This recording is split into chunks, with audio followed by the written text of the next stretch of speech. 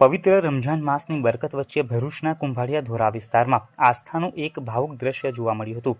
સલામ ગુજરાત અખબારના તંત્રી એજાઝ પઠાણની માત્ર 5 વર્ષની પુત્રી જાડાએ આટલી નાની વયે જીવનનો પ્રથમ રોજો રાખી અલ્લાહની ઇબાદત કરી હતી। ઉનાળાની ધોમધકતી ગરમી અને અસહ્ય ઉકળાટમાં જ્યારે મોતેડાઓ પણ તરસથી અકળાઈ રહ્યા છે, ત્યારે માસૂમ જાડાએ પોતાની અડગ હિંમત અને ઈમાનના જોડે આખો દિવસ અન્ન જળનો ત્યાગ કરી રોજો પૂર્ણ કર્યો હતો।